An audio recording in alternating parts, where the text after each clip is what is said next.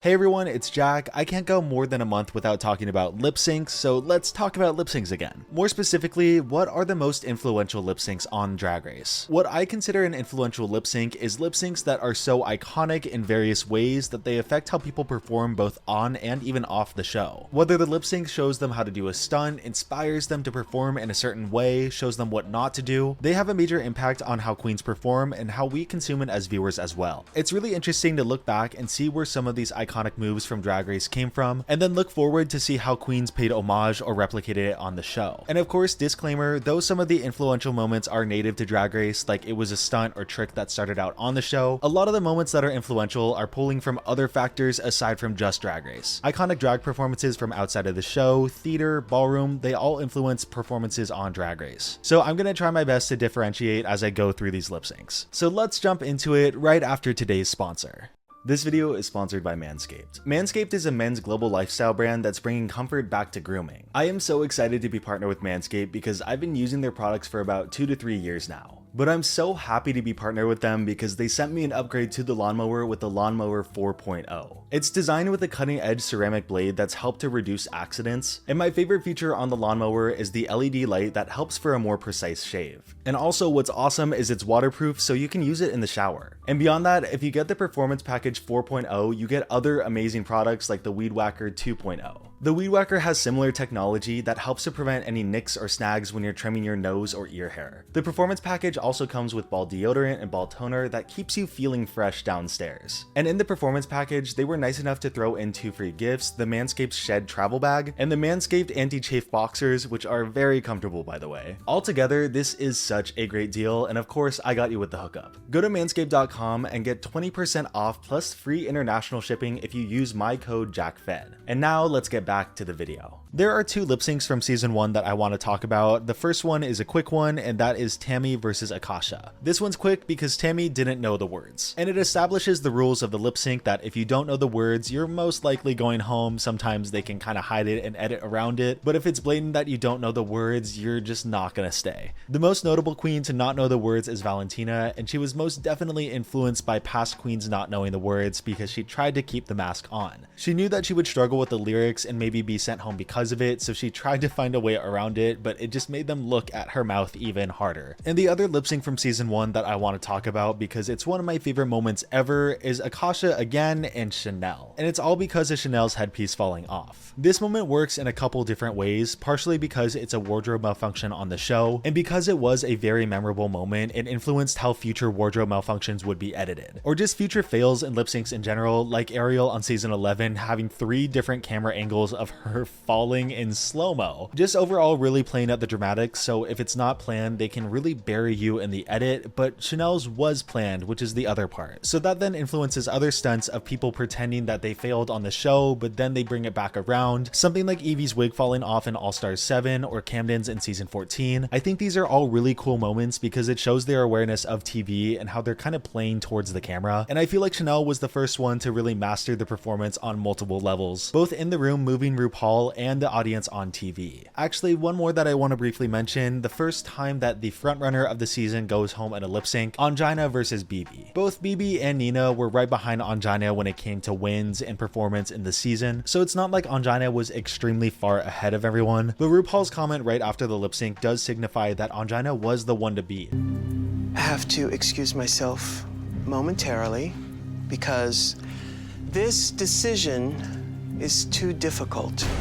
And when BB beat Ongina, it solidified her place in at least top 3 and overall the winner of the season. It showed early on that they weren't afraid to send anyone home on the show, and we see that later with lip syncs like Naomi versus Acid, where Acid had a lot more storyline than Naomi, but Naomi just outperformed her. I got a full video on that, go check that one out. BB versus Ongina is also a case where a winner on the season has a bottom placement to kind of mess with their storyline or give them more storyline. After BB, we see it again with Raja, Sharon, Jinx, and so on. Also, I am so so close to 80k. Only a small portion of you guys are subscribed, so if you enjoy my content, please consider subscribing. Moving on to season 2, I believe that there are a couple of standouts. The first is Morgan versus Sonique, which arguably could have been the first double Shantae. The way Rue comments on it after the lip sync, you almost expect it to happen, but it just wasn't in the cards for the production of the season. And Kylie also had the first outfit reveal on the show. Obviously, outfit reveals existed outside of the show at this point, but I just wanted to point out that Kylie was the first to do it. The next two lip syncs feature Sahara Davenport, rest in peace. People often forget how amazing her lip syncs were. You gotta go back and watch them. From what I remember, she is the first queen to ever leave the stage during a lip sync with the iconic jump split off the stage. A rule was implemented around season 4 to make the queens not be able to leave the main stage. After the rule is put in place, we've only seen people leave the main stage a couple times. Kennedy on season 7 paying homage to Sahara, Robbie falling off the stage because she was in roller skates, and Honey Davenport doing it in season 11, also homage to Sahara, but just not to the same effect. Although Kennedy's is amazing, honestly, you can't really outdo the original. It was shocking, it was timed so well in the song, and that split was just clean. I'll get back to queens who leave the main stage in a second, because I do think there are some other lip syncs that are influential of queens leaving the main stage, but none of them have the same effect that Sahara did when she jumped off, but they all tried to replicate it in some way. Another lip sync featuring Sahara, but way more focused on Jujubee, is Black Velvet, which is influential because Juju went on stage completely hammered and then had to lip sync, and then they limited the alcohol that they could drink afterwards. The cocktails have been watered down, but correct me if I'm wrong, in recent years, I think they've been starting to get a lot more strong with the cocktails again with House of Love. Some of the queens have talked about being full on drunk on stage, and I don't know if that's the amount of drinks they've had, or they're still watered down, or the drinks in general are just stronger, but I kind of want to see another drunk lip sync as long as it doesn't really affect production, because Juju, though extremely hammered, still gave such a strong performance that really fit the mood of the song. And I feel like with these House of Love cocktails, it's just a matter of time before we get another lip sync like this. Season 3 lip syncs were extremely influential in general because it's the last season where they were really messy. There's lip syncs past this point that are messy, but it's never with the queens interacting with each other, and it's mostly because of two lip syncs that completely changed the rules of the show: Shangela versus Venus and Mimi I'm First versus India Farah. These two lip syncs are messy, and I'm so glad that they really put that rule in of drag is not a contact sport after Mimi versus India, because when the queens are focusing on the other person more so than the judges or the camera, it just doesn't make as much of an entertaining lip sync. So in basically every season after this, the queens do interact, they do play around together, but both of them are in on the joke. Unless you're Alaska on All Stars 2, but that's kind of an exception, I guess. The most queens do that could be considered messy is like touching each other just a little bit or blocking the person. No one's getting picked up and nothing is really being thrown at people in the back. Carmen versus Yara marks the first double Shantae on the show, and it is very interesting because though it was a good lip sync, I feel like the double Shantae was much more for a message than it was for the performances. The episode was very patriotic, very feel good, very anyone who lives in America can do this, so let's save both of you.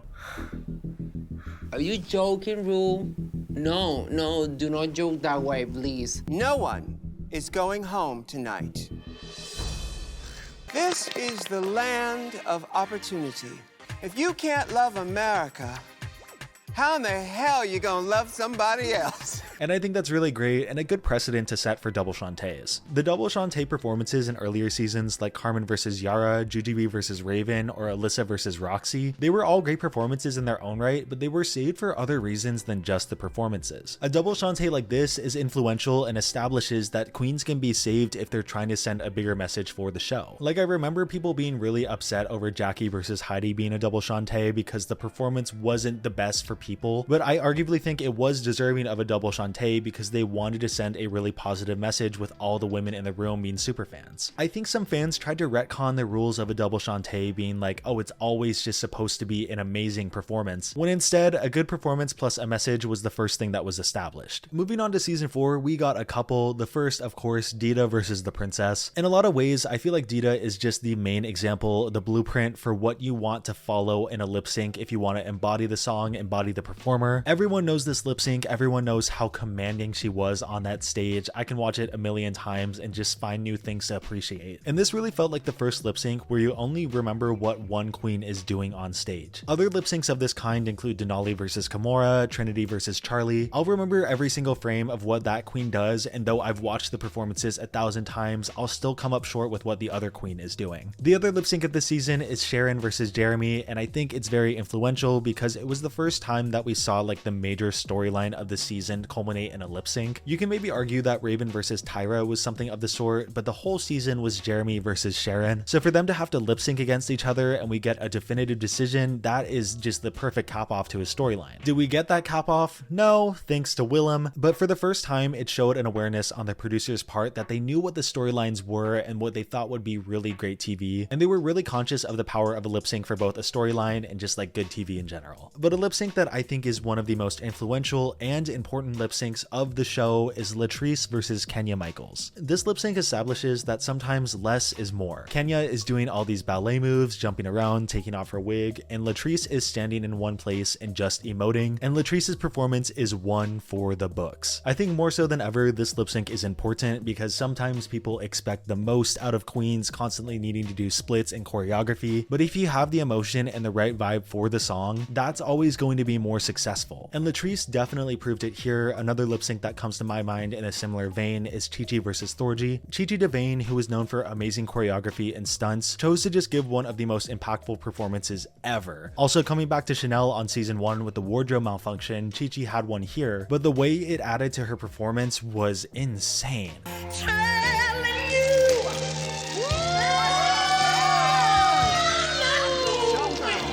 These two lip syncs are some of the greatest of all time, and they need to be watched and appreciated. Rest in peace, Chi Chi DeVayne, you were a superstar. Like I briefly mentioned earlier, Roxy versus Alyssa on season 5 was another double Shantae that happened because the performances were great, but it was also supposed to be an uplifting moment about being able to choose your family and everyone gets to stay. And honestly, I don't think we talk about the ending of this episode enough. Maybe it comes off a little Disney Channel to some people with them all group hugging, but I think this moment mattered to all of them. It even got RuPaul really choked up. It was great. But I think this moment is overshadowed because of another influential moment of this episode of this lip sync, arguably the most influential moment on the show, Roxy's wig reveal. Back in season 4 with people like Kenya and Milan taking off their wig basically any chance that they could, it was basically a death sentence if you lost your wig. But when Roxy took her wig off to reveal another one underneath, it was one of the biggest game changers, and the show made sure to recognize that. After this reveal, unless you had another wig or rose petals, which we'll get to, underneath your wig, you shouldn't take it off. Someone like BB, who saw success with taking her wig off earlier while there was nothing underneath, all the way back in season 1, was then punished in All Stars 3 for taking it off, and RuPaul looked really mad at her. Anytime someone touched their wig from this moment on would then be compared back to Roxy and what she did. And much like Sahara's jump, most people didn't really live up to what Roxy did. The combination of the editing and the fact that it's never been done before on the show made it all so insanely cool. And even if a majority of them don't compare to Roxy's, the fact that it became such a big thing after what Roxy did makes it so influential. But turning to the other side of the coin, this is the first season where we saw a double sachet with Honey versus the Vivienne, or not the Vivienne Panay. I mixed them up. Vivienne Panay won last week's lip sync. Vivienne Panay. Vivienne Panay.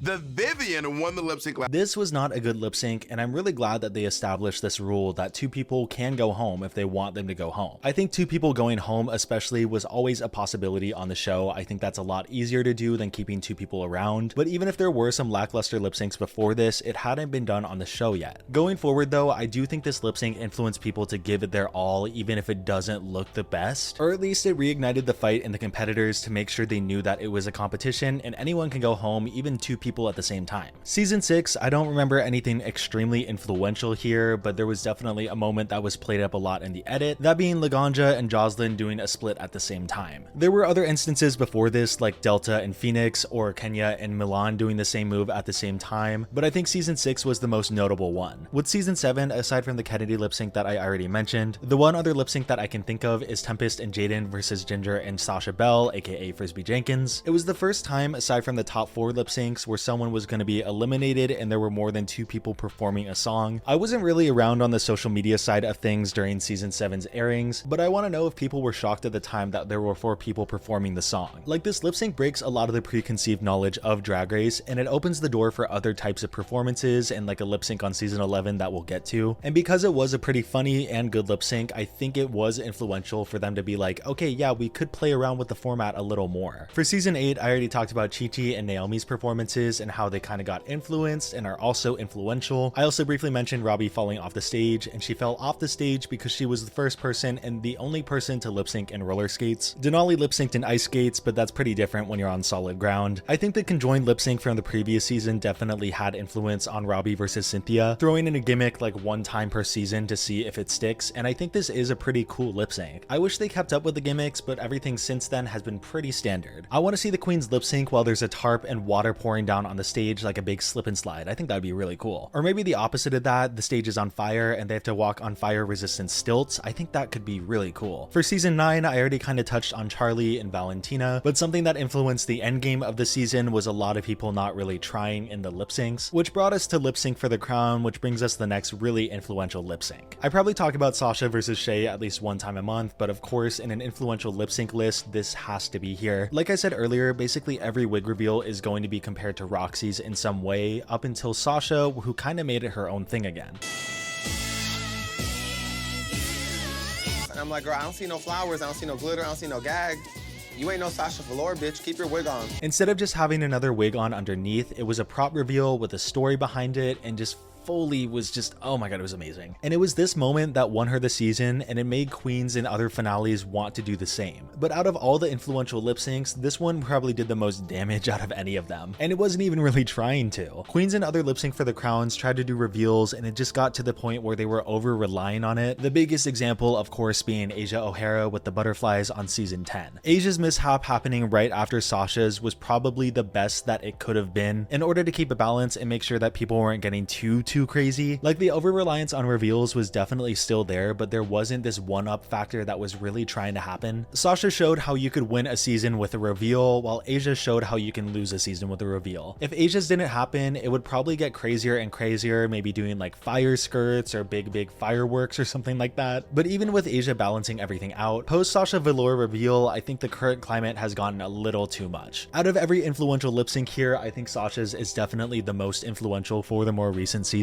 because of the over-reliance that it's caused queens to put on reveals. They kind of expect a wig reveal and an outfit reveal to give them the win in the lip sync, and that's not always the case. Sometimes the other queen is just a better performer, and that's that. I did a full video on this a long time ago, and I definitely want to check out that video again, but a lot of the points in that video still stand. Reveals aren't everything, you really need to execute them right. Sasha was able to do this, people try to replicate it, but it isn't that easy. I want to jump over to All Stars for just 1 second. Shut Up and Drive with Tatiana and Alyssa is just amazing, and though it happened before Sasha Velour, it's a good example of queens not being too reliant on stunts or reveals. This lip sync helped to solidify a stark difference between Lip Sync for Your Life and Legacy, because these two were fighting to get back in the competition rather than just the power to eliminate and $10,000. It was also the first time 2 queens were given the power to eliminate another queen, and though there's always the potential for these queens to eliminate the bottom 2 queens by both of them picking a different lipstick, it basically never happens. Seasons 10 to 15, it's kind of hard to tell what's going to be influential because it hasn't been super long. I think the last 2 performances I want to mention today are Monet versus Dusty and the 6-way lip sync. I still stand by that Monet is at least a top 3 lip syncer of the entire franchise, and the fake out jump basically gets her all the way there. It's such a play on what's expected out of the show, basically a wink at the camera. Monet in general is so great at that, and I really hope that we get more of that on the show and performances. It's kind of similar to like Darian on season 6 taking tips. These moments are breaking the 4th wall in a certain way, but I think a lot more can be done, and I really hope that we see more. As for the 6-way lip sync on season 11, it goes back to the gimmick thing I was talking about with season 7 and 8, but tries to take it one step further and kind of falls flat on its face. It was absolutely a mess, but I think it was a deliberate act to try and create a viral moment, because this could have definitely happened before on like season 7 with the Shake Square cast. But post Sasha Velour, post virality of that moment, I think they were fishing for another viral moment, and it just kind of backfired on them. So though it backfired on them, and though I do want them to try it again, I think they're trying to cut their losses, and that's why they haven't really done it in recent seasons. This was a very brief look at a bunch of different lip syncs from the show that have influence on other lip syncs from the show. Like I said at the top, it's not a point A to point B. People don't completely grab everything from the show and that's their only influence. Still though, there's easily a lot of connections that can be made from the show, from early lip syncs having a big influence on later lip syncs. Thanks for watching. Once again, please subscribe. I am so